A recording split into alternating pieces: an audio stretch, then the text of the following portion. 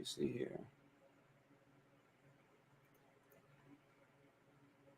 Can I hear you? Let me see if I can hear you guys. Yep. Yo, Perfect. You can. yeah, I hear Okay. everything. Perfect. Perfect. I can hear y'all too.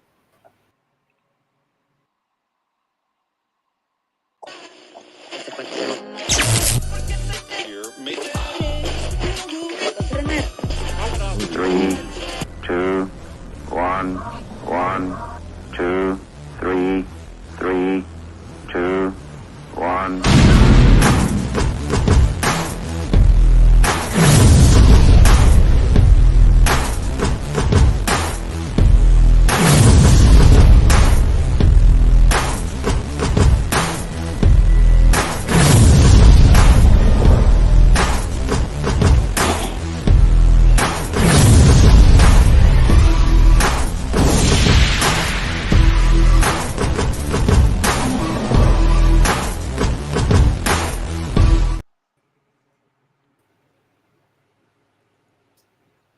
All right, what's going on, y'all? This is the Three Peat Podcast. We are back for season 2.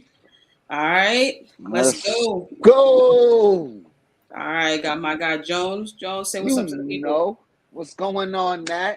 You know we gotta talk that ish because this some we left off the way we left off last season and the way we gonna bring in this season.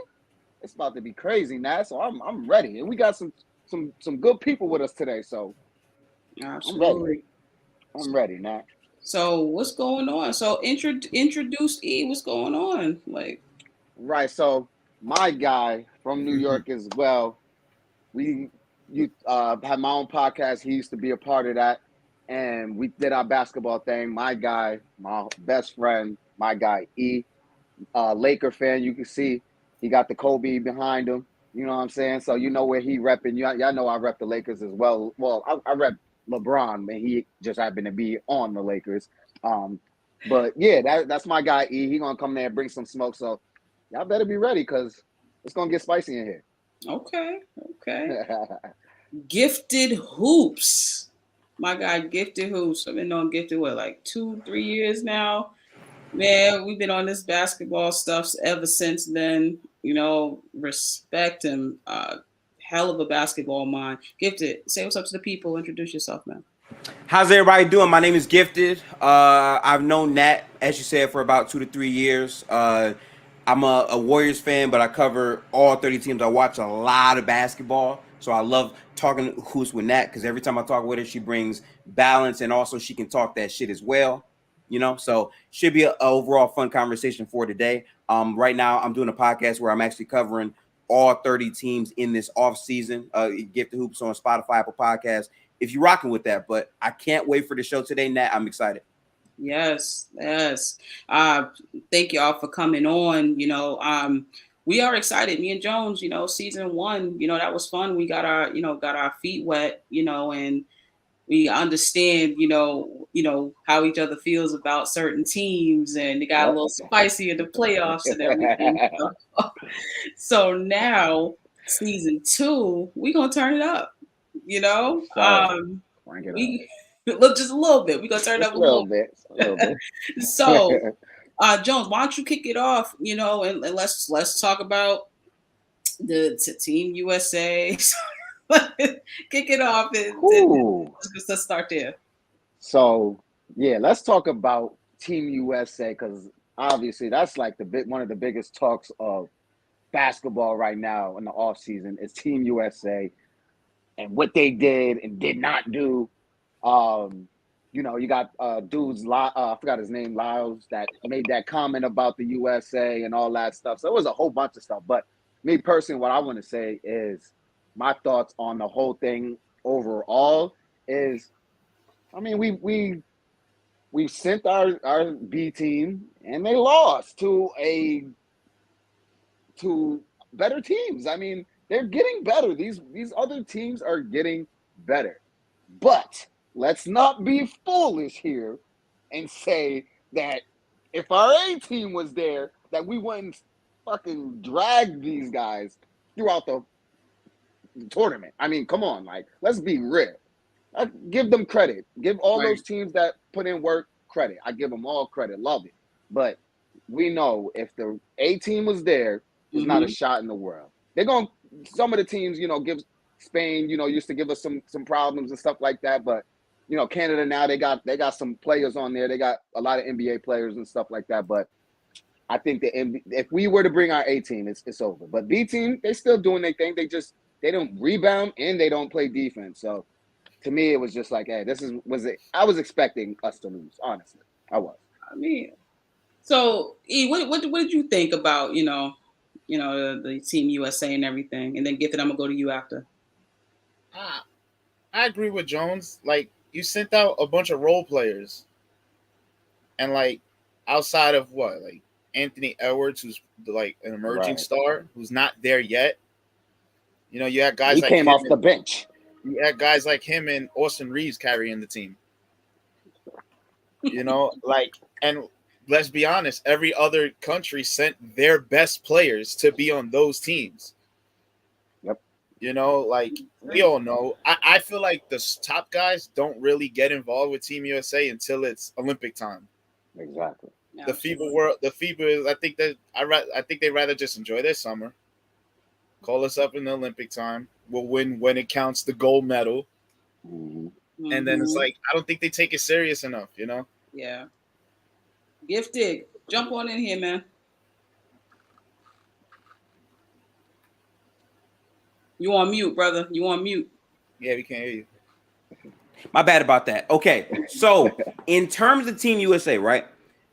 When I saw the roster, I'm like, okay, this is clearly not the best talent that we have, but this team could make things work. I saw the passing and playmaking chops that were there for the roster. My biggest question off the rip was, okay, JJJ, great defender, plays excellent help side defense, just won the DPOY, great defender. But he cannot be the primary big in terms of securing rebounds. He's not at that stage yet. His big man body isn't quite there, and he's also prone to getting in foul trouble, not just defensively from going for every single block, but offensively when guys just sit in the chair and collect charges against him consistently. So for me, I'm like, the rebounding is going to be an issue for Team USA. Defensively, they ran a lot of small ball lineups where the perimeter defense was just not going to be that great with Brunson, Halliburton, and Reeves sometimes playing three-man lineups. Right. Brandon Ingram, a guy that I like. He did not fit in well to this team at all because he's more used to having the ball in his hands to be the guy who's making choices. When you put him in that role to where you have to fit into a system, I think he struggled with that a lot. So I'm not surprised that they lost. I am upset that they did not medal, but obviously for next year, we not playing. Oh, of course. I think too, just to piggyback off what you said about JJ, especially FIBA, the rebounding rules are different. Like, you needed some more size there. You definitely needed, another. He should not have been the only basically big man there. For the FIBA game, I think the rebound, you could grab it right off the rim and all of that. Like, you needed some real rebounders and even perimeter defenders. Drew Holiday would have did wonders on this team. 100%. This team was terrible. This team was terrible. Anthony Edwards is a guy that gets a lot of hype, but he's not there yet. And you want him to, people are like 3 years in the future when it comes to Anthony Edwards. Yeah. And he's not where you think he is. He is a guy that he shows, his flaws. It comes up like it's like glaring in the playoffs, because then when he does those threes, those billions of threes, and they don't go down, it's almost like, well, where's Anthony Edwards after that?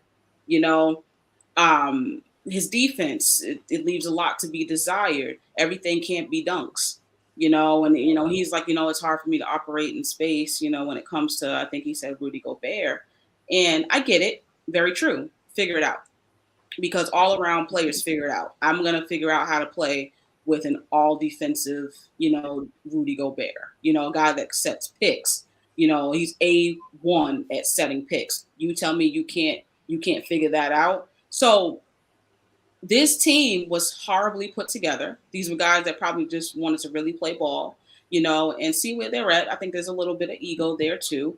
And they got mopped. I mean, this is not a great roster. No one would put this roster together. You're talking about Anthony Edwards, Walker Kessler, Paulo, who I really like. 2-3 years, we're gonna be talking about Paulo way more.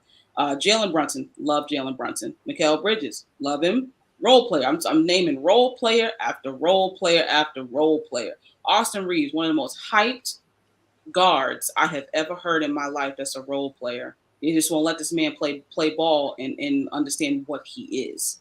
And they just hype him up a lot. Love Tyrese Halliburton. Brandon Ingram, figure it out. The ball's not in your hands, figure it out.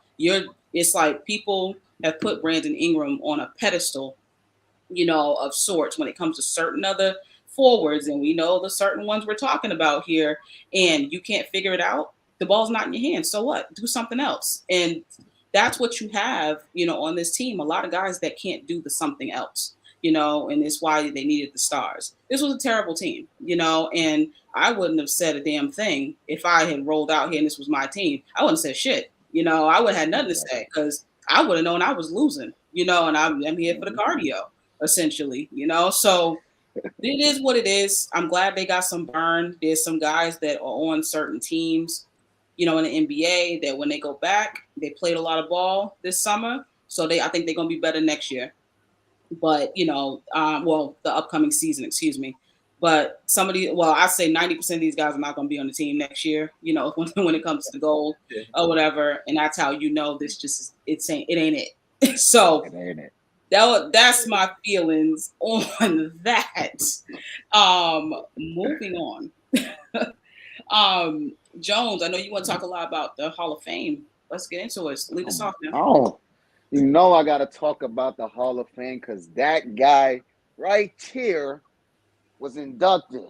My guy, my guy right there, number 3, D Wade. Special for me. I watched it from front to back.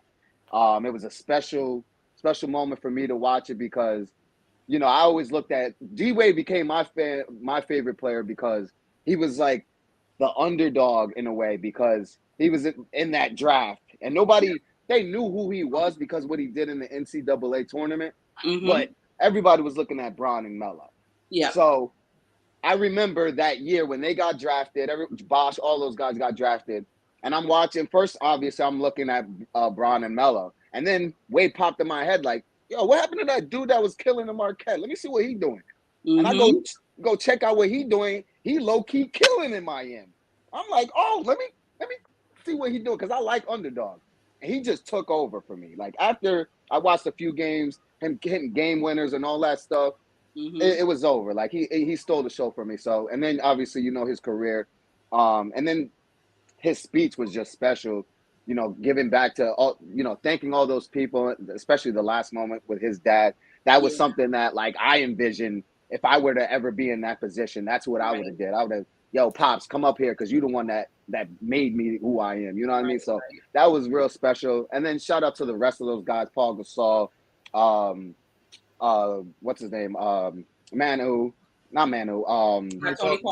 Tony Parker, Dirk. I mean, come on, Coach Pop and what's the girl's name? Becky. I mean, come on, man. Those are every last one of those guys. There's not a question, not a doubt in mind that they deserve to be there. So it was very special to see every last one of them getting there.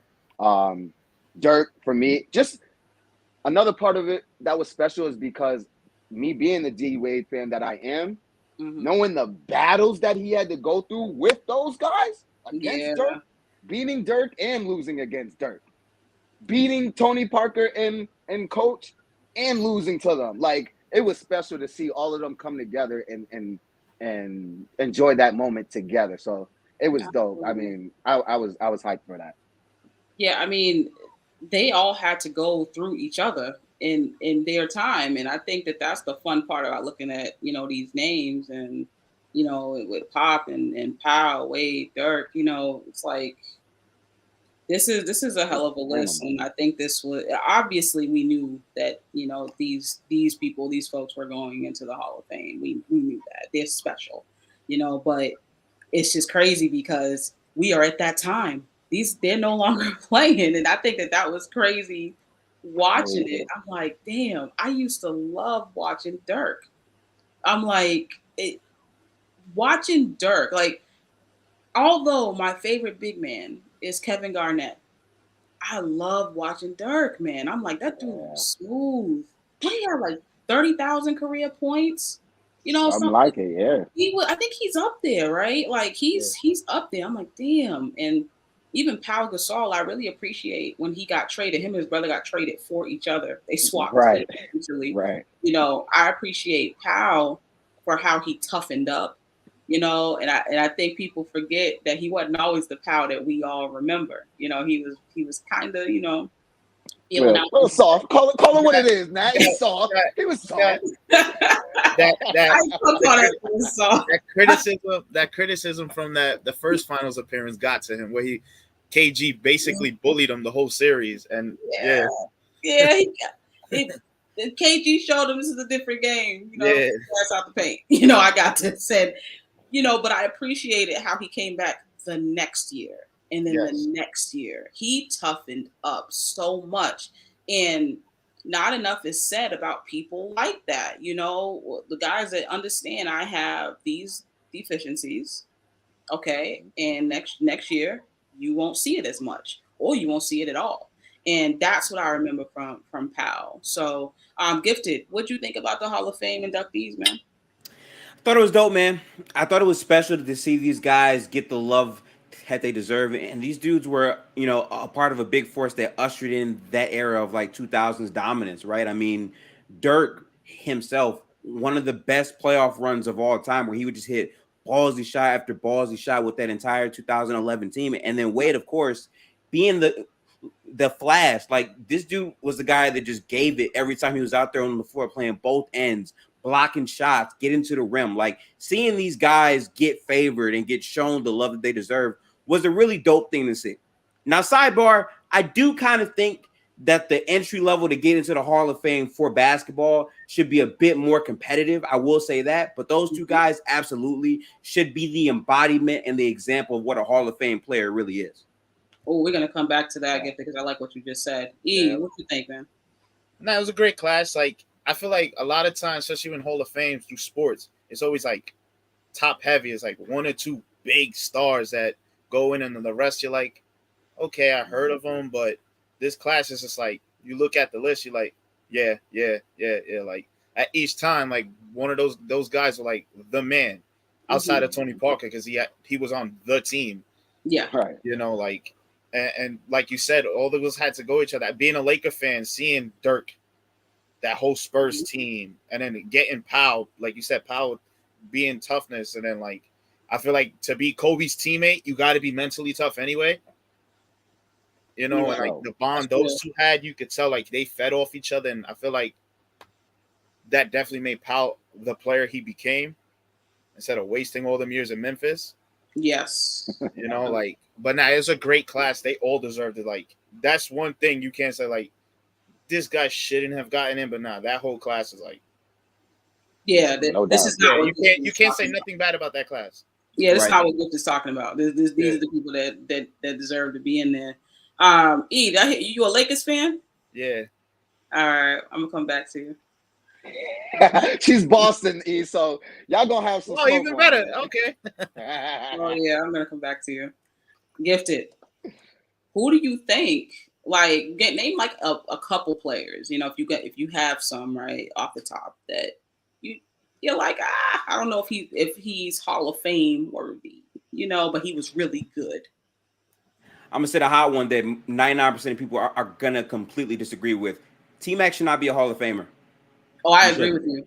He should not be a Hall of Famer. Yep. He's a great player, did a lot for the game. A lot of hoopers looked up to T-Mac, but based off what he actually accomplished in the NBA and his resume, he does not stack up to a D Wade, to a Dirk level type of player. Now, as an individual talent, sure, like, oh my God, great player. But in terms of actually having success and dominating for long stretches as like an all NBA player, top five, whatever you want to call it, I don't think he's that caliber to me. Yeah, I agree with that. You know, and I was hoping you said that name because I'm like, all right, who's gonna be crazy with me? You know, and it's Gifted. Like, I think again, we fall in love with the idea of people. You know, we fall in love with, you know, the flashes, you know, but shit is short lived.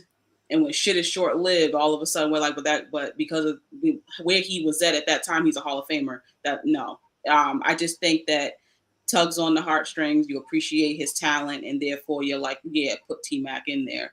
And I didn't agree with that at all, you know, because I'm like, I'm thinking about the battles. I'm thinking about the accomplishments. When we think about the Kobe's, when we think about, you know, even everyone's favorite player to hate, Paul Pierce. Everyone loves to hate Paul Pierce.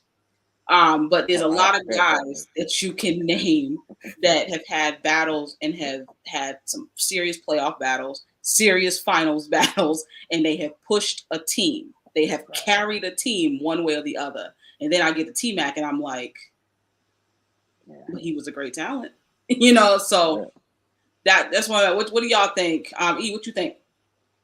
I like the T Mac. Like you saying it, like I'm trying to like as you two were talking, I'm thinking like, what did he do in his career outside of being like the best player on Orlando? There's no real playoff success. Yeah, that's my question. I get it. He was in the era with Kobe, AI, and stuff, but you never really like battled with those guys to be the guy in that era. Like, did you at least have that year where it was like, nah, T Mac's the guy? Nah, not really. Yep. All right. 100%. Jones, what you think? I mean, obviously I agree with the T Mac one. Is there? I can't think of anyone else that's in the Hall of Fame that I'm like. Name some guy. You have a list, I don't. or do you someone off the top of your head that you can think of that might be questionable? Because I can't really think of. T Mac is like a perfect one. I thought he was perfect. I mean, that's how you know I've been thinking about that one. It's perfect. I've sat down for a minute, yeah. Let's see.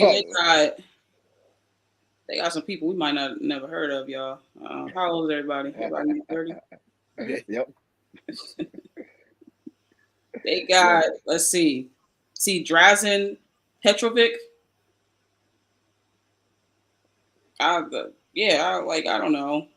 But if I never heard of you and I watch hoops a lot. And like, I want to be clear, I think right now, right? So the criteria to get in right now, I think under that criteria, I can understand why a player like maybe T-Mac would get in. I'm saying the criteria should change from what it is now to make it stricter. Now, I'm not saying make it as hard to get in like the overall NFL Hall of Fame. That's tough. That's a very right, but just make it a bit more exclusive.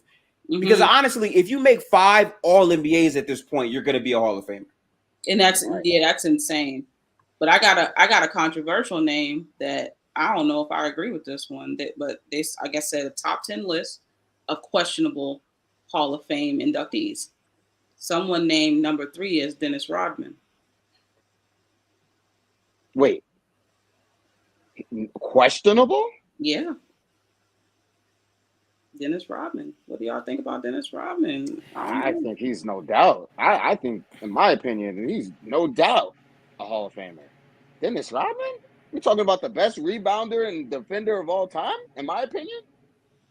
Really? The best defender? One of them. There you go. That's why it's questionable right there. See, Gifted. What you think? Dennis Rodman. Success. I mean, he was a part of a lot of good teams, and he contributed to that. He played his role the best he could. He did. When you talk about a role player, or I'm not saying that he's a role player, but playing your role, Dennis Rodman did just that. Go get the fucking rebound. All right, I'm gonna go get the goddamn rebound. Nobody else gonna do that. I'm gonna go hustle. I'm gonna go do that. And when it's time to play defense and lock up, I'm gonna do that too. I went a little too far by saying one of the best defenders, but that's the only question. I went too far. But You know what I mean? Defense rebounding is a part. Nah, of he's still one of the best you know defenders of all time. That's not crazy to say at Yeah, all. that's not what you said. Best. No, he of said all- the all best. time. That's No, he's not the best. Yeah, I didn't mean to go that far. I Right. didn't mean to go that That's far. the conversation. I don't think he's in the whatever. conversation though. Right. He's in the conversation. So Alright, I'll but say yeah. this. I'll say this, right? So Rodman, so this question really comes down to this. Mhm. Are we saying role players should be in the Hall of Fame? Because I feel like that there is a alternate reality where this Hall of Fame is exclusively reserved for the best players on championship teams and the second best player, and you stop there. If you're allowing role players to be there, then if you were a part of many integral teams that won championships and you play a significant role in that, like Rodman is going to have a terrible stat sheet because he's not like the best or the, you know, two best player on the offensive end. But in terms of the way that he would help anchor a defense and rebound the basketball, that is an absolute trait that was a championship pedigree level. So based off that criteria, yes. However, he's not one of these, I'm the best player or I'm the second best player on both ends to be in that conversation. Right. Yeah, I mean, Yeah. see, I would leave Rodman alone because I'm going to be one of those people when this guy's time comes and Draymond Green, that I'm going to be like, yes, he's a Hall of Famer. 100%. Right. 100%. And you're going to look at his stats and be like, really? And I'm going to be like, did you watch the games? Like, did you watch the games? You're right. Players like that, the stats don't help them. It's like you got to have seen it with your eyes. You can't just be a stat guy and be like, well, according to the stats. Now, if you watch them play, you can say, yeah, that guy's a Hall of Famer. I am going to cape for Draymond Green. And like that man is a Hall of Famer, like without a doubt. But yeah, like I love how you brought that up though, Gifted, because there are some people that are questionable, but I think that I think a lot of people would also say what we just said. If you were there in that time, you would understand why somebody was important or an integral part of the game and everything like that. So I get that. I still ain't letting that T-Mac shit go, you know. So Me neither. Yeah. I feel how I feel about that because I actually saw him. So I'm like, I still don't get it. But my older brother's favorite player is T-Mac, and he would agree with us. Okay, see, there you go. Like, you know, we're not crazy. We're not hating. We ain't crazy. You know? But the problem is because of the way T-Mac play, like you said, right? Like the idea of that, the aesthetic of that, like many great players this decade have drawn inspiration from T-Mac. So to them, it's like that's their goal. That's their guy who was like right there with Kobe. But in terms of the way he's actually produced and accomplished, he doesn't stack up to those other Hall of Fame players to me. So no, he does not. No, he does not. But listen, is what it is. I still think his talent was still nice. It was great, or whatever. Sure. Just wish we could have seen a lot more, you know, than what we were given. And I know injuries play a huge part in that, so I'm not gonna like trip or whatever. But we get it. Still love you, T-Mac. You know. Now this is my favorite part of the segment because I knew we was gonna get here, and I saved it for the second half of the show. NBA offseason 2023. Okay. Yeah. Now, let's cook. Mr. Laker. I'm gonna let you start this off, brother, because I need to understand how you feeling about how things went the end of last year in the playoffs and how y'all are looking in the off season going into the new season. Yeah. After the playoffs, obviously I wasn't happy getting swept. Like, you know, we just had, I mean, you had no answer for the Joker, and Jamal Murray went off. Like, I feel like every time in the playoffs, I've seen it in the bubble, like, they always have trouble against that point guard who can score. You know, so Murray, you're gonna get killed by the guys like Murray, Dame, Steph, you know, like those guards gonna kill you. But I mean, I took it for a positive because I didn't have a lot of hopes in the playoffs. I thought, all right, maybe second round. I didn't think it was going to go all the way to Western Conference Finals. You know, I didn't think that team was ready. I'm glad they made those steps. You know, especially that. You know, with the all season moves, I'm not saying I'm content. I'm happy with the moves they made. Like people are like bashing, you're bringing back D'Lo because he struggled in the playoffs, but like, why would you let D'Lo go if you wasn't landing Kyrie or one of the top point guards on the market? Yep. You got to bring D'Lo back for what he can do for you. Mm-hmm. He's a ball handler. He's somebody who can score. What was the trouble in the past couple years? When LeBron's on the bench, there's nobody who can get a bucket. Yep. Nobody can score. Yep. And that's what D'Lo brings you. I love bringing back Austin Reeves and Rui. They fit in perfectly well. Rui went off in the playoffs. Sure did. Yeah. Signing. I like the Cam Reddish signing. It might be a little sneaky, under the radar move if he gets the time to play, because he didn't really get to play in New York. Atlanta, he didn't get a lot of burn. Portland, he played a little bit, but let's see. Hopefully, playing with Braun, he can get some of that Cam Reddish from Duke, because let's not forget, when he went into Duke, he was the number one recruit over Zion and BI that year. He was supposed to be the guy in Duke. Yeah. He was. So I'm not BI, RJ, I'm sorry. But yeah, picking up Christian Wood, I like, because you need some depth, because we got AD, and AD's bound to miss games. AD is gonna miss games. AD is the most frustrating superstar I've ever watched. We can place that bet right now. Oh yeah. What you think about the Lakers and what they've done? I liked it. I feel like the issue with this Lakers team is year after year after year, they sign these big names. They don't have continuity. This is the first year where, ever since they won the title, they said, okay, this team went far. Let's retain our guys, get better internally, and build a sense of continuity throughout a roster that has LeBron James and Anthony Davis. So these older guys don't have to learn how to fit and play with newer pieces. Yep. I think Taurean Prince was a phenomenal signing for this team. He played some solid minutes for the Wolves last year. So to me, he fits well to this roster as well. D'Lo sucks. I'm just be real with you. I don't like D'Lo. He never shows up when he needs to. I watched a ton of Minnesota games last year. He was bad in the playoffs. He was getting shots up after every game and still failing to hit shots when it mattered in the game.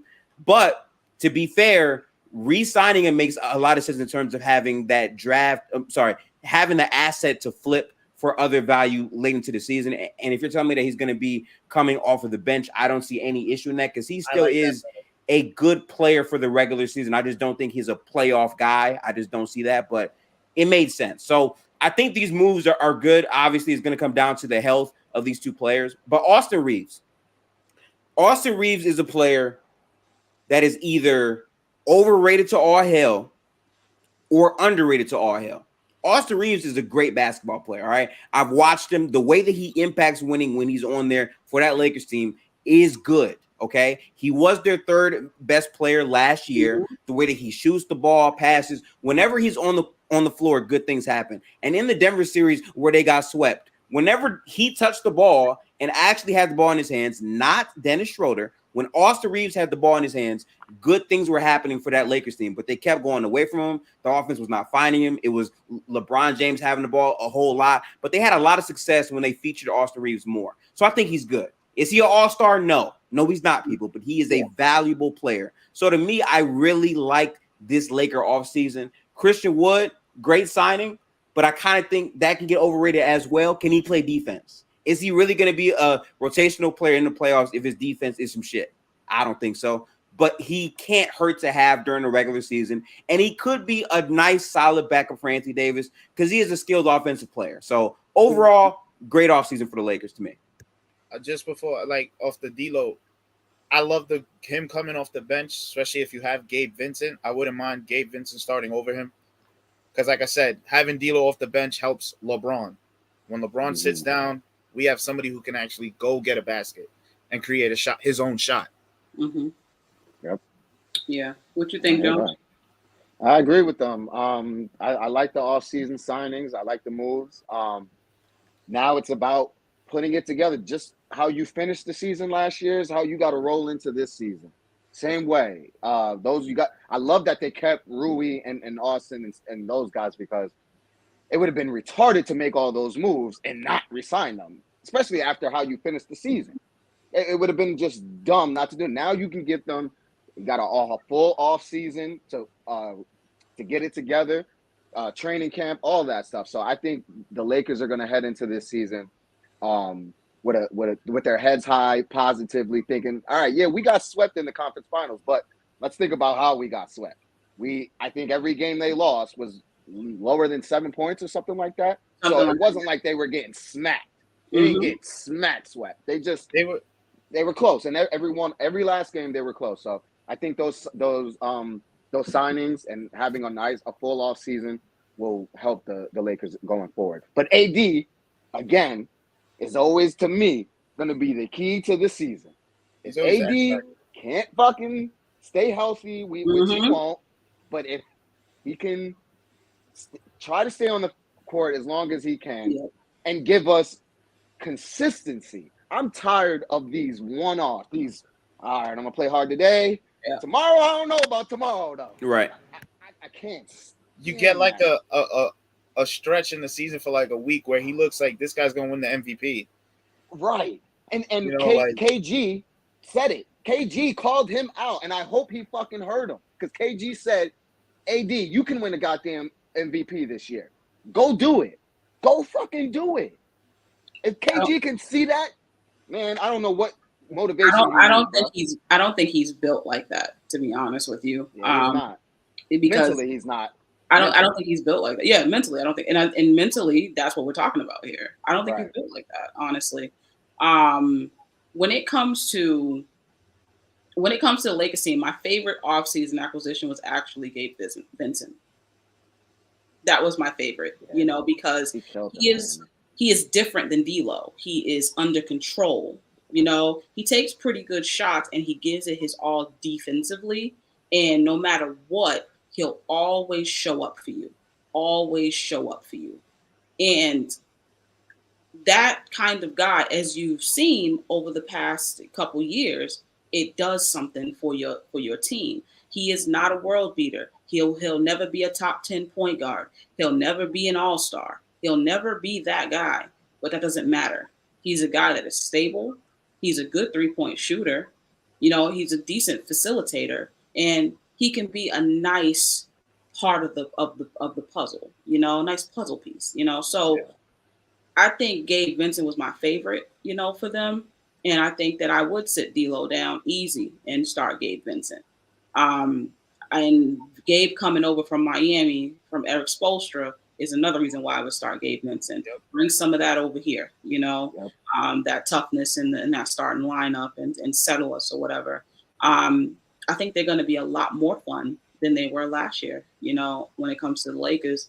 What it's going to come down to, they either got too much or they got just enough.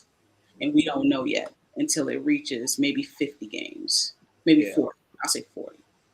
We don't know yet. So I remember when they got, what's the guy that everybody was going crazy over in LA? Harrell from the Clippers. Harold, yeah. Harold. Yeah. And he went over there, and then and everybody was like, ooh, because I think he got like the Coast 6-man of the year. Yeah. Well, he goes to LA, he does nothing, does shit, and it keeps playing in my head, no one touched Wood, and there's a lot of teams that could have used him. Yeah. So why it's did the defense? Huh? It's the defense. Wood is a terrible defender, and why would you put so much stock in having that player if you're trying to win? Now, for the Lakers, it makes sense because he's not this core piece. He is a low risk, high reward, valuable player. Because again, as an offensive player, he was great last year for the Mavericks. He couldn't play high minutes, and he was productive when he came in because he can shoot, because he can be athletic towards the basket. But his defense is atrocious. So this is like a bet it all move. And why not? Because it's a very team friendly deal. So yes, it makes sense for Lakers. Of course it does. Team friendly. They're not going to lean on him a bunch. I think that they got great pieces. This is just going to come down to the health and steadiness of LeBron James. Last year he was not fully healthy, the whole year, and it showed. It showed defensively. People were getting him. They were getting past him. He wasn't really, getting on nobody. and he struggled scoring. So I'm like, oof, this is not the LeBron we're used to. Could be age creeping up. Doesn't matter how good of a shape you are in. When age is saying it's my turn, there's nothing you can do about that. So we have to figure out if that's what it is with LeBron, and we got to minimize what he's doing and how we're leaning on LeBron. So I hope that Darvin has looked at that and said, okay, I'm not going to run this man 38 minutes, 35 minutes a game. He can't do that anymore. If I want success in the postseason, I got to make sure that this man is healthy. I got to make sure that I don't run him in the ground. And I hope that he understands that. And then it comes down to Anthony Davis's health. Let's be real. If this man is healthy and but also his mind is right. He actually, we don't need you to get 40, but why don't you get a consistent 22 and 13, with 3 blocks, 4 blocks, if you can do that, and stay healthy, this Lakers team is nice, it's nice. I like it, For sure. And one other thing about AD, that boy cannot box. So put them gloves down, my boy. Put them gloves stick to basketball. down. Yeah, stick to basketball, my boy. Because if I was your height, I would fuck you up, boy. Yeah. Goddamn. It probably wouldn't take much, though. It probably wouldn't take much. Just a stiff pushover, he might be hurt. Just hook. No, you could probably get him right now, but that's true. Stick to basketball, AD. Basketball is good for you, man. Gifted. Golden State. Let's talk about it. We just got to rip that Band-Aid off, brother. We got to rip it off. One of the biggest questionable moves. Mm-hmm. I am not a Chris Paul fan. Thank you. I don't care where that man goes. I don't care. He could be in Boston. I will boo. I will boo you. I don't like him. I've never liked him. Never. And I think I can appreciate his game, but there's something about him as a person when he's out there. I just don't rock with it. I'm like, ugh. Like, I don't know. Give me someone else. I'm like, there's a lot of people I would pick over him in their prime. I would still like jump over Chris Paul and pick somebody else, and rock out with that person. I just don't like him, and that's honest opinion. To me, before you go, Gifted, you know how you just said about Christian Wood, nobody touched him for a reason. I feel like with Chris Paul is like, there's a reason why every team he leaves, it ended up bad. Mm-hmm. That's true. And let's not forget, this guy's played with all-stars pretty much every team he's been on. Yeah. Always ends bad for some reason. Yeah, I think he leaves us like a sour taste in people's mouths. Like when it comes to these teams, like I don't know. Like I don't think it's even with the Clippers thing. When everybody talks about why they didn't win, it always land on Doc. That is where people start and they finish. But you never look at the rest of that team and how a lot of them got cooked and they weren't supposed to. A lot of people didn't show up in the fourth when they were supposed to. There's just some things that, happen. And then if you look who's on the roster, I'm looking at Chris Paul, so I don't know. But, and then he thinks he's as good as Steph Curry. And I think he thinks he's as good as him. And that bothers me because no, you're not. Like, sit down. No, you're not. You're not starting. I wouldn't even play you, but that's on me. Get to talk about your team, man. Just talk about them. Go ahead. Rip the Band-Aid off. Okay, so for me, this isn't really much of a Band-Aid. I've gone through my pain several times already. So at this point, I'm at the last part where I just accept it. This deal happened solely because of the contract. Yep. Jordan Poole is a player that is a young player, has some promise, has some poise, has some good moments, has some down moments, but overall he became unplayable in the playoffs. It was really, really bad. And also the chemistry between him and Draymond after the punch was never really the same. And it was like this silent dark cloud that weighed over the team after that. Now they rebounded and got better as they played ball during the season, but you could tell that it wasn't the same thing. Correct. And on top of it, they're paying him $140 million for a 4-year deal. So if you're a Golden State team that needs to find a way to get better, it makes sense to trade for Chris Paul because Chris Paul, the money matches for this season, and it's an expiring deal, which means now the money can be off the books for Golden State to potentially make some moves happen for the next season. So me understanding that, I look at this as a bridge/gap year for the Warriors to find a way to retool and explode more after this season, because I don't believe that Chris Paul is going to be what moves the needle for this team to win a title, but I do still think they can. This Golden State team is going to be very questionable, though. And I say this because Chris Paul is essentially Draymond Green. And I say this because when Draymond has the ball in his hands, defenses don't guard him because they know he can't shoot.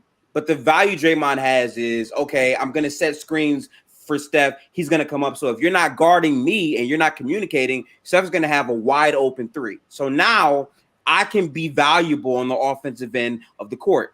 Chris Paul, the value comes from Chris Paul doing what? Having the ball in his hands, which means Draymond and Chris Paul are kind of redundant on that side of the ball offensively.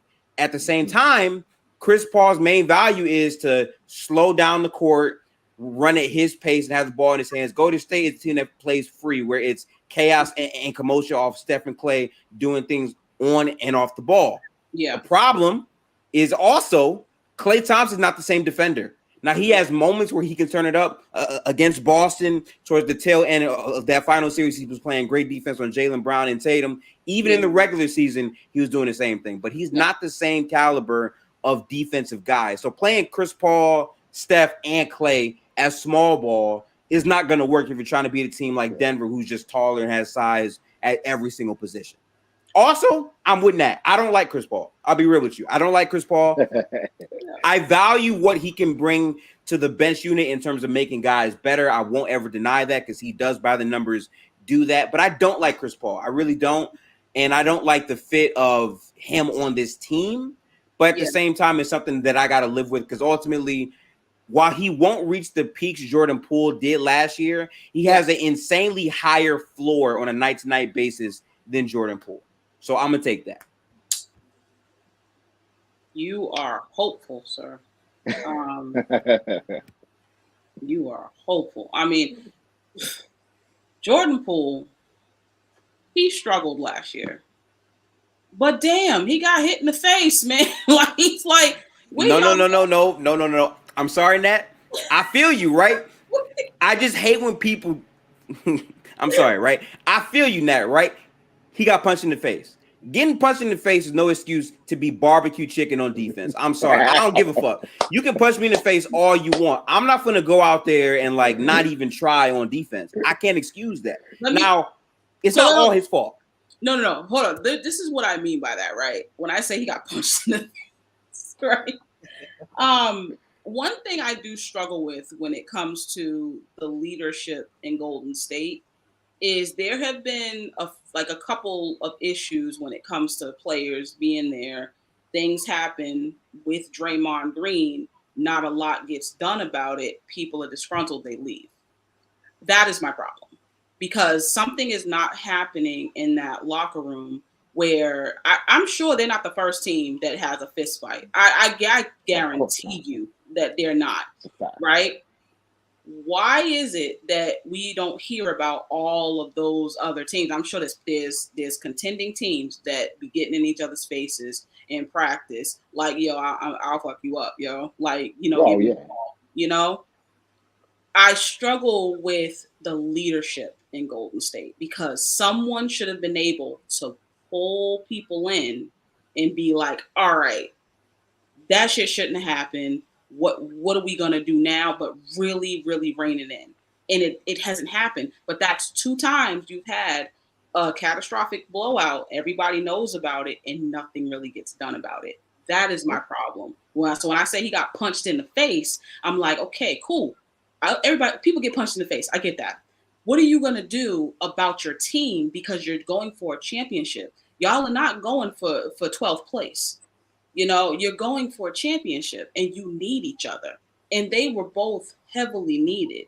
And it just never got right. So I think my issue is just that part, that piece. And it's like if it's Steph that needs to maybe step up and say something because you're making it harder on him. Clay is not who he used to be, and we know this. Draymond's getting older. I think he was still really good last year, but you could see there's some differences. So then you got a young gun in Jordan Poole, who the previous season was great. So then you got to start thinking, what the hell happened? And I think that if you feel like somebody ain't got your back, let's be real, if you feel like you want a team and they ain't got your back, who the hell you going out there busting your ass for? And that's what I struggle with, and I think like maybe that was a part of Jordan Poole saying, whatever, you ain't got my back, I ain't got yours. Well, where I'm at with this is Jordan Poole for me has always been a guy that can be super explosive and light it up quickly. Last year, before 2023, he had a stretch where I think for like 25 games, he was averaging like 24 points on like 45% from three. Like he was balling without Steph Curry playing. In the playoffs, after the first round, Jordan Poole slowly was not being the same effective player when he saw high-level defenses. So I said coming in, okay, his number one issue to me is the shot selection when he's not getting to the basket. He's one of the fastest guards in the league. He shot 80% at the rim last year. He is a valuable player. But my question I would say is, okay, so if Jordan Poole gets punched in the face, and Draymond is away from the team, and they have to play basketball, what is someone else supposed to do outside of saying Draymond was wrong, we got to move on?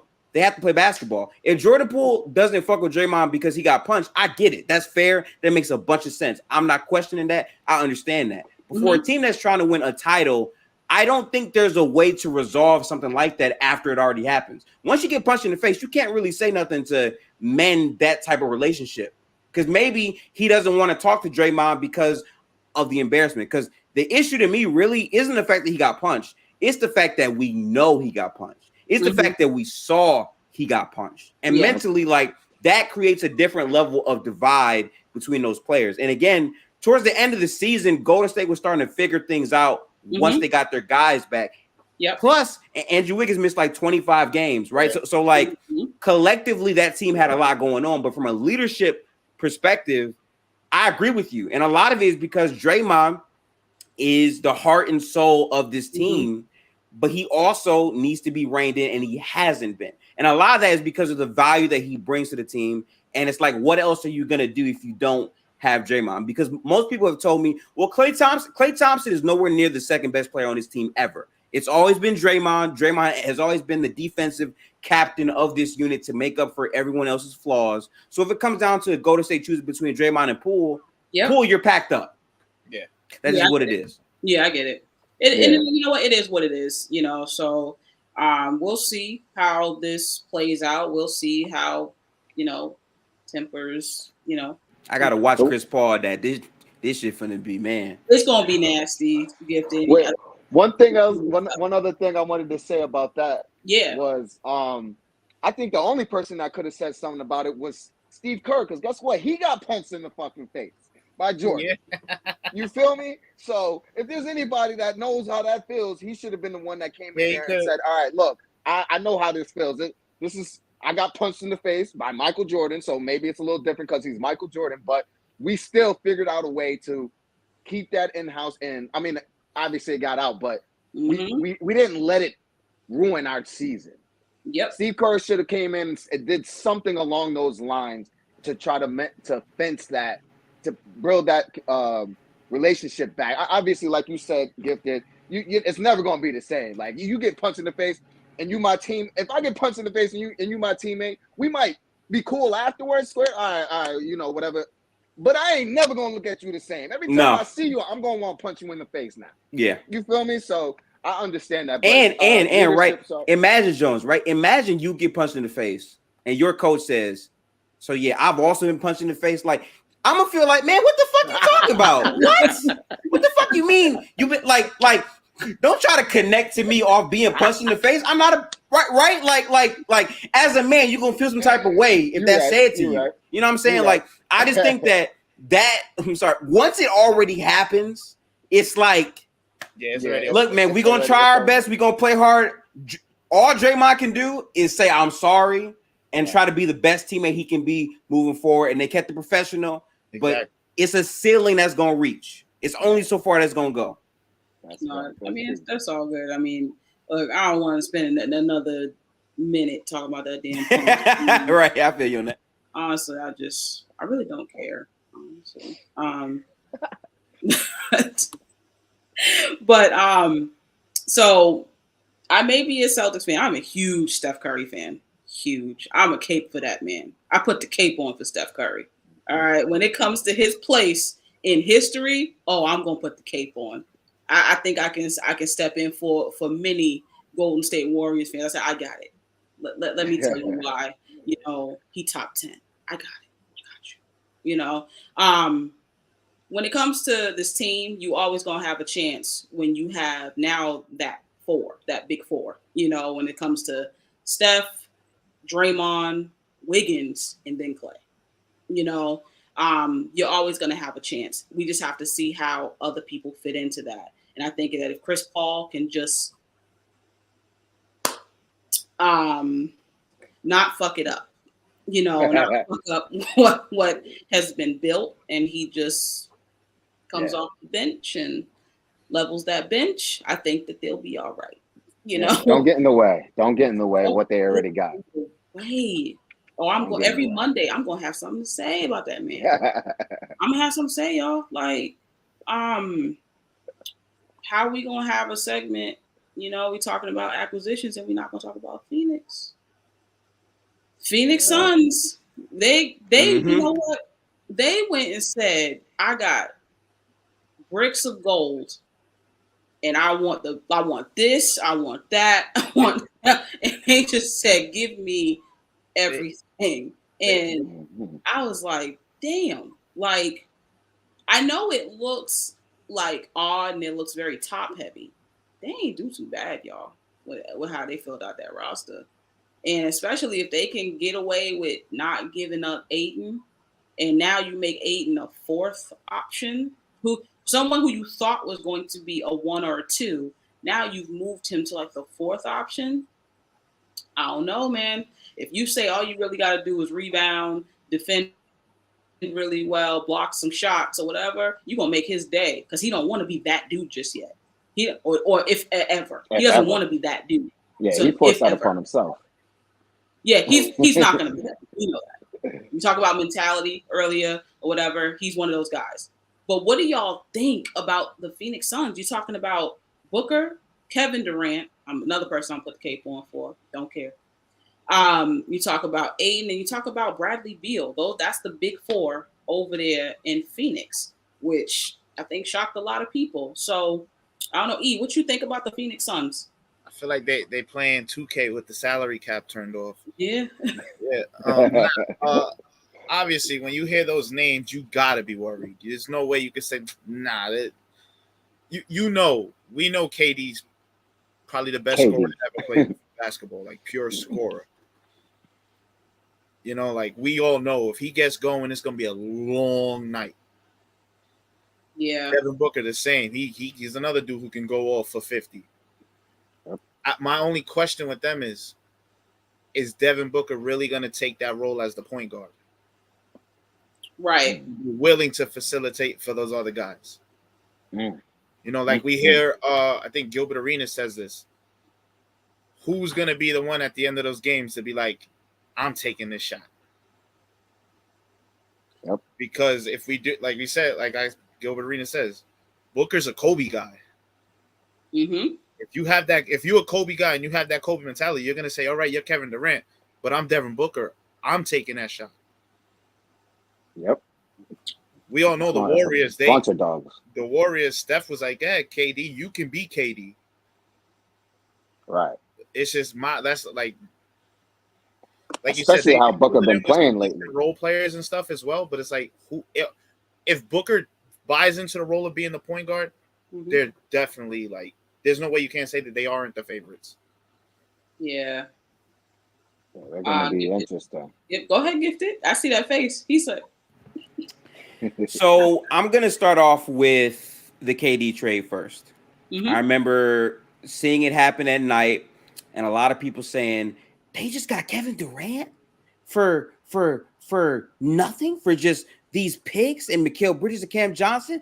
This team should be the favorite to come out the West. This team is clearly the best team in the conference, and then we see the playoffs and there's some shit.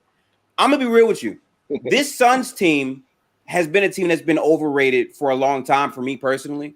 And I felt that after they got KD, I said, okay, they have Kevin Durant. Okay, they have Devin Booker, sure. Let's go through what we saw KD do last year against Boston when he didn't know what the defense was trying to get him to do. And he said that in an interview. Cool, we got that. Okay, let's see what Devin Booker is in playoff elimination games. Not that good. Okay, now let's go through the rest of the roster that they have. Can we name someone not named these guys? Chris Paul. You mean this older guy that gets hurt every single year in the postseason and is a target on defense? Cook, whatever. Okay, now let's talk about DeAndre Ayton, who ever since his first playoff run where he was really, really good, he's been very bad at. And last year in the playoffs got outplayed by Jock Landale, and it was hard to watch. You mean that Ayton, who they gave a max contract to and they're financially strapped because of. He's also not great at basketball. And then I look at the roster and I don't see many other valuable role players that teams have to respect. They have so many guys in the corner that you could leave wide open because you know they're not going to do shit. We're not afraid if you hit these shots. It didn't really matter. So from my perspective, I thought, okay, how does this team improve after this run where Devin Booker looked like Michael Jordan in the playoffs making high-level shots and KD looked like the number 2 on that team? When they traded for KD with the idea that KD would be the one, you trade for Bradley Beal. Now, did I like this move? No, I thought it was very stupid. But I had to give them credit because you got off of Chris Paul's contract and you traded for a player that was much, much, much better than Chris Paul. I respected that because outside of that, if they didn't make the Bradley Beal trade, how would they get better in a Western Conference that clearly has also gotten better? So from that perspective, I get it. But what you're doing again is you're doing this thing where these teams chase the name. They chase this guy who can do X, Y, or Z, but don't care about the basketball fit around these guys. Now the pressure is on Bradley Beal, Devin Booker, and Kevin Durant to figure out how to play together within one season under a new head coach. There is no sense of continuity outside of those guys. Bradley Beal has a no trade clause. Guess what that means? If in 2 years this shit not working out and they're not winning, they can't trade Bradley Beal unless he says, I'm down to be traded. So if they try to trade him and he says no, guess who has to be traded then? It's either Kevin Durant or Devin Booker. And if you think the Suns are going to trade their younger franchise player, you have another thing coming. It's going to be Kevin Durant. And it's funny because I just had a podcast conversation that dropped today on my channel about this. Big shout out to Jay Will. He's a huge Kevin Durant fan. He held them accountable. Go check that out. But when I look at the Suns team, you're saying they should be the favorites. Okay, what makes them better than Denver, who just won the title? What makes them less exploitable? Oh, wait, you added another guard that can't play defense to a team that already didn't really play defense. Oh, my bad. I guess signing Frank Vogel was supposed to fix their defense to be top 5 just off the strength of who Vogel is when he's tasked to coach a team that doesn't really have strong defensive pieces. Now, don't get me wrong. They can win, right? Because they have the firepower offensively to do so. But like you said, who's the point guard? In my opinion, Bradley Beal, the point guard, makes more sense from this perspective. You respect Devin Booker and KD off the ball more than you do Bradley Beal. And Bradley Beal gets to the rim more than Devin Booker and Kevin Durant. So manning that role makes a lot of sense. But you're still relying on these 3 guys to be the guys to get you over the hump. When Kevin Durant gets hurt all the time during that season, Booker last year got hurt. Bradley Beal, season by season, also has things happen to him.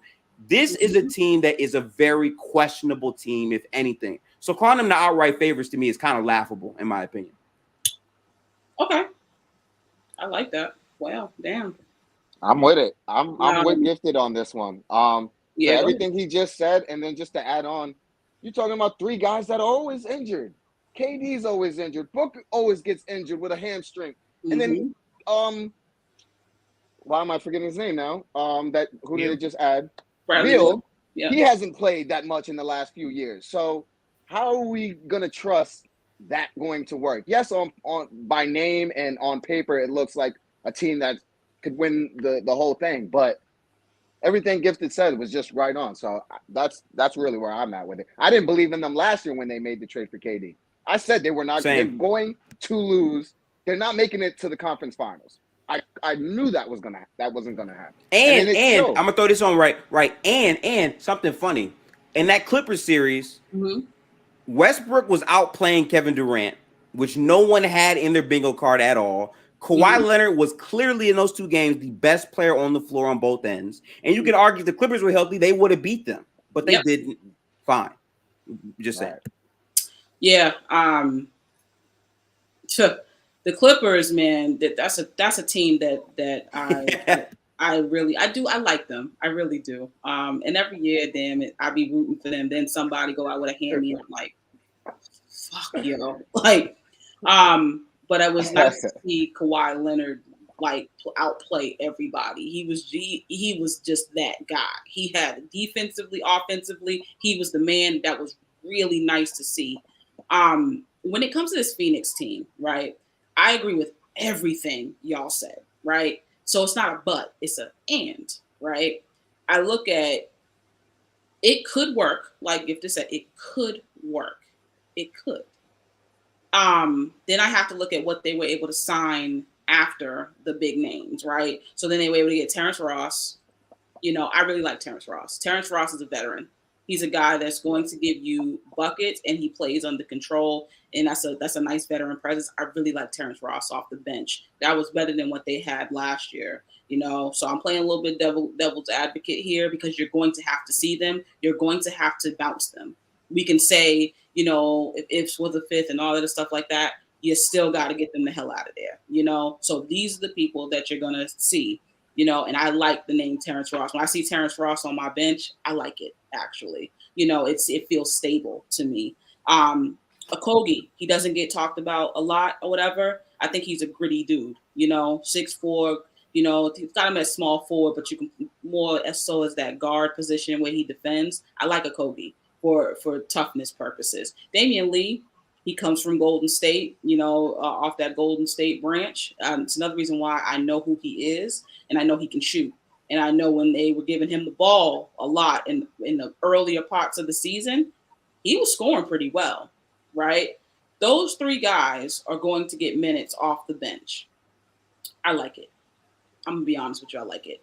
It's because I like watching the others on teams because the others are usually going to make or break somebody's championship squad. You know, those are three. Then you got Drew Eubanks, who comes from Greg Popovich. You know, and he's actually a stable dude as well. I like Eubanks. Yeah, I like Eubanks. I like him. You know, so that's four guys I said right there who can come off the bench right now, right? Then I can go and say they got Biyombo, who's a tough dude. You know, he's not a star, not supposed to be. Get some rebounds, you know, man that paint. That's five people that's off that bench right there, right? They filled out that roster very nicely. When it comes to the names, you know, when you talk about KD, you know, Booker, Ayton, and Beal, you know, now you got those guys, and you did not have that last year. You had Damian Lee, and Damian Lee, they didn't play him right last year in the playoffs. It was terrible, but I like it. I actually like it. Bradley Beal as a point guard, what I thought was going to happen, and then they turned around and said Devin Booker was going to be the point guard, and I was like, oh, okay. I mean, he's decent as a playmaker, I guess, but I liked Bradley Beal as the point guard because I said he's pretty solid at facilitating, and he can get to the rim. So, that gives you a different aspect of your starting five. And then they said, he's gonna come off the bench. So Bradley Beal's supposed to come off the bench. Yeah. Huh? Really? Exactly. Yeah. That's crazy. I didn't see that report, so they're gonna bring him off the bench. Yeah, that was the reports in the beginning of the summer. Has something changed since then? Because they were talking about him coming off the bench. That's what they were saying. Him coming off the bench. Wow, that's different. I didn't know that. Yeah, I didn't know that either. That's interesting. But does this make you feel differently? A little bit. For me, a little bit. That helps that second unit a lot.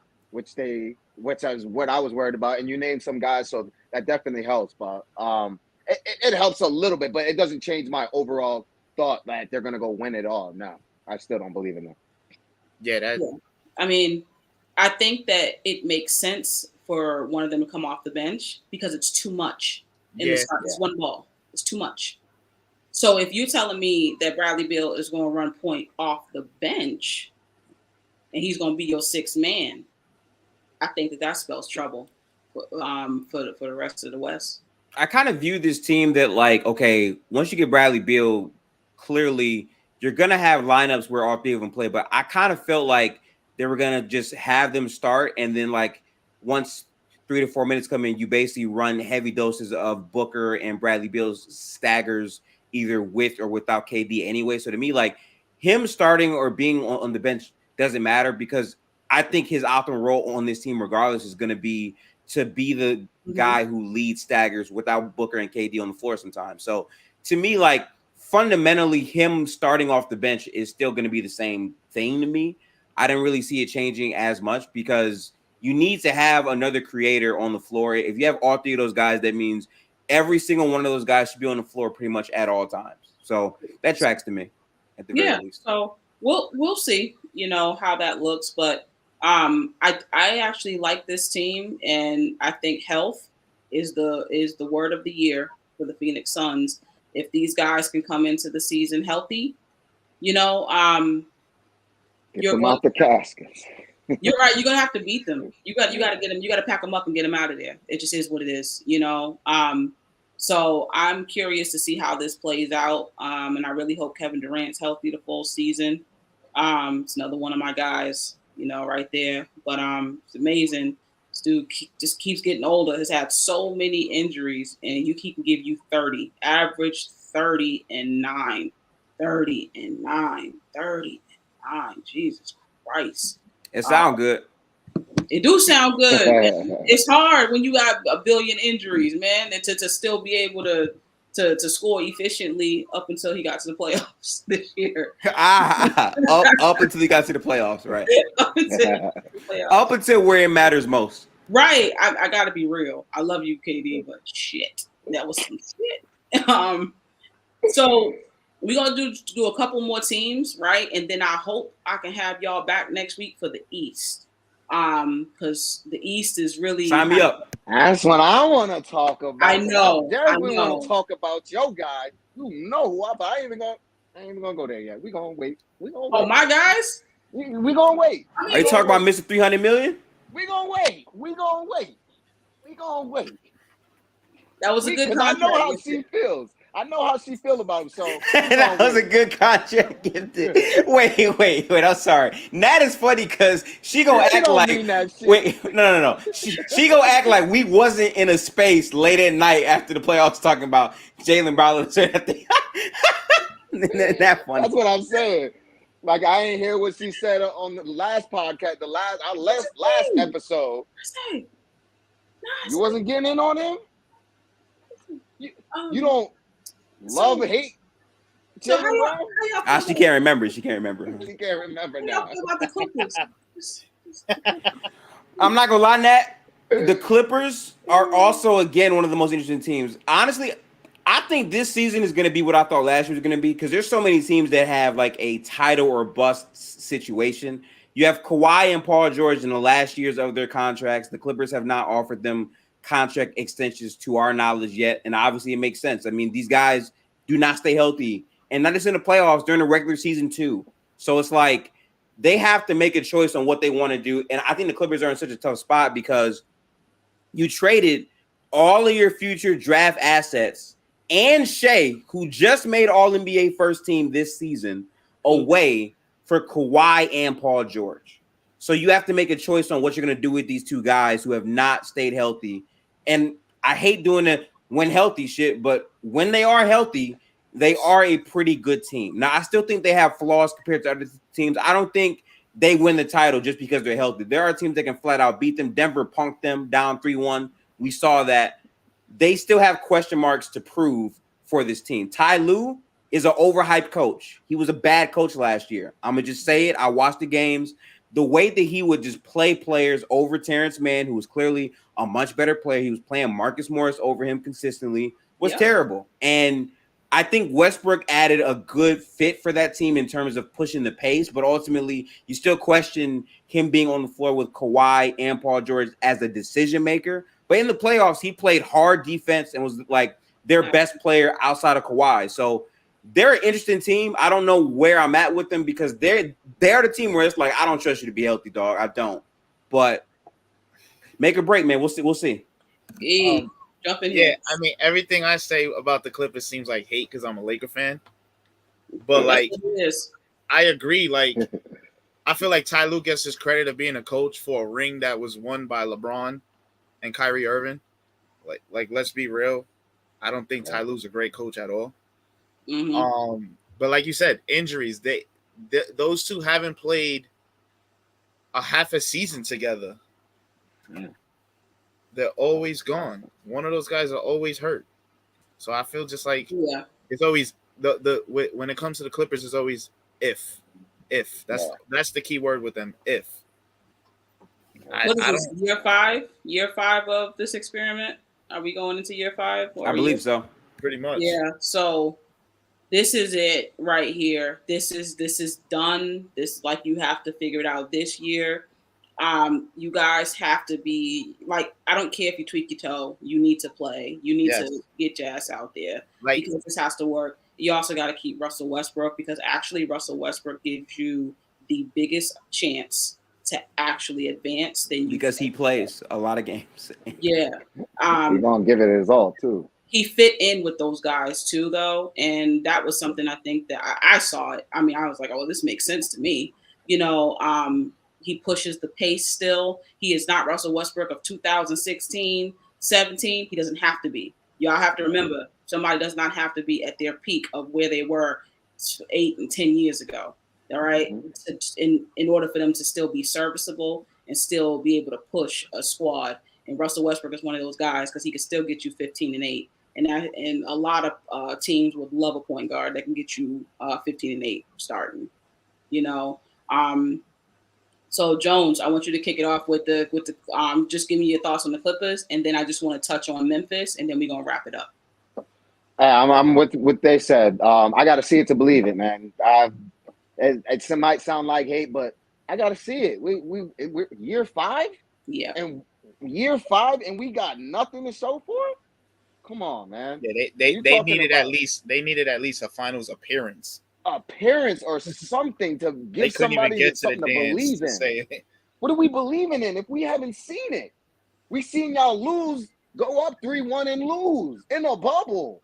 Come on. But that next season, though, I don't know if it was the next season, though, but I gotta call this out too. They did make the conference finals, you know. They did. And Kawhi goes out. That was the year they needed Kawhi to stay healthy, man, because they probably would have made the finals that year. Yeah, 100%. That was the year. That was the year. I can't take that away from them because they did get there. And Kawhi goes down. There was nothing you could do about that. But Paul George gave it his all. And unfortunately, that was the year that Kawhi just, what was it, his ACL or what? Something he tore. It was probably a knee or something. I think it was the ACL. And then he was out the next season. And then he just came back last season. So, you know, tough break, you know, but they gotta get it done. And just touch on Memphis. We're gonna go around, touch on Memphis, but go ahead and start it off, Jones. Memphis, I think they're going to struggle to start with, obviously, without having Ja. And even though I hate him, I hate Dylan Brooks, but they're going to miss that defensive attitude that he brought. I mean, he wasn't the greatest defender or anything like that. He got cooked. He talks his shit. I mean, they made the right move getting rid of him, but I think they don't have another guy like that, in my opinion. I mean, you got some Bane, you know, he gives it his all. I think they're a nice young team, but Jones, can I say it for you? Can I say it for you, Nat? Go ahead. They got Marcus Smart. I forgot about Marcus Smart. Is a big. I completely forgot about that. They're not going to miss Dylan Brooks. Marcus Smart is actually a good defensive player.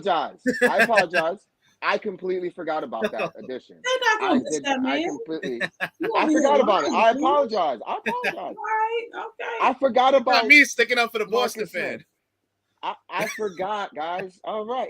I haven't been paying attention to basketball anymore. It's football season now, so I haven't paid attention to Marcus Smart. But no, that is a great addition. But That's why I'm trying to still, wrap this up so we can go, watch that Bills That's why game. I keep peeking. you Why feel I'm me? peeking I know why what you're everybody's doing. Yeah, I see you. I see you. But go ahead, touch on it, E. Throw it to Gifted, and then I'll wrap it up right there.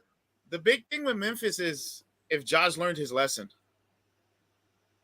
If Jaws actually matured and realizes what he cost that team last season, it all builds off him. Obviously, I think they will struggle in the beginning without him because he's what makes them go. But Desmond Bain is capable of carrying them for a little because Desmond Bain got scary a couple times in that playoffs. But he could definitely if light they it can up. just consistently lock in and don't let the outside BS get to them, they should be where they should, be up there in the West. All right, Gifted. Memphis. All right, Memphis is tough. On paper, you say that they improved because of the Marcus Smart acquisition. However, they did lose Tyus Jones. Tyus Jones, one of the That best, hurts them, yes. if not the best backup point guard in the league. And I feel like for Tyus Jones, the way that he was able to man the offensive end for them without Ja was great. So not having him hurts. But the reason why Marcus Smart is such an improvement is ultimately when they had Ja, closing out games with Ja and Tyus didn't make the most sense because Ja is a terrible defender. Tyus Jones is like a slight negative defender. So having Marcus Smart, who just won the DPOY like 2 seasons ago, he's a guy that can actually close out games next to Ja. I also think the veteran presence in terms of the off-the-court stuff with Ja. Smart has been a vet in the league for a long time. He can provide some tough leadership there. And I do think in terms of the way Marcus Smart plays point of attack defense and the way he can switch on to bigger bodies, I think he can fit in well with JJJ, which is huge. But to me, how far Memphis goes in terms of the standings and also even in the playoffs is not on Ja Morant as much. It's on JJJ's leap as an offensive player. And I say this all the time. If JJJ can become this guy that's not a fake shooter who you like fake respect, but you really don't, if he can turn into a competent, like 20 points per game type of guy with the defense he has, that raises the ceiling of Memphis significantly. And as far as Ja Morant has to figure out how to not be so sped up, how to not like land so awkwardly when he's going to the basket. But I think they're still going to be a very good team because they're a team that's built on defense. And most often, teams that play great defense and don't have such a shitty offense are going to be good teams. I like that. I think what you said is good. I think John needs to just be more controlled with his like attacking the rim and stuff like that. Yeah, I don't think this team is going to do much. I think they're too young. I still don't think that they have the correct leadership.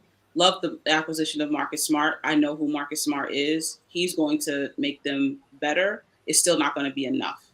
I think that JJJ, he's got to step up more. He's progressing, but not to what you necessarily need in order to take that leap versus these big time guys in the West.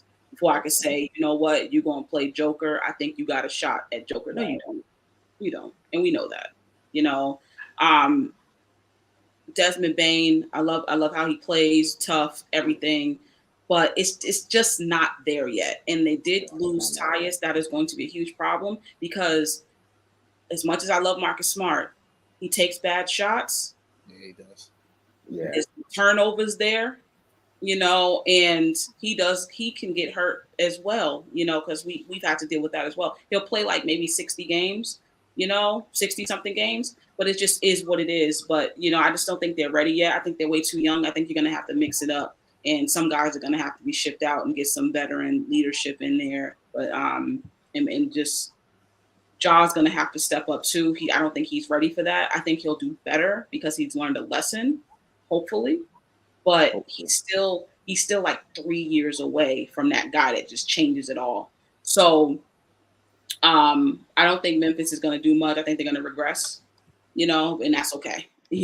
So we'll see what they are, in the coming years. But thank y'all so much. I want y'all back. I want the same 4 back next week because the East is going to get I got you. Yeah. okay. Same 7 p.m. next week. All right. Thank y'all so much for tuning in to the Heat podcast. We are back. All right. Introduce yourself again, then Gifted. Background in podcasting with Jones over here, talking my shit from time to time. Go ahead, Gifted. You Muted. on mute, brother? You on mute again.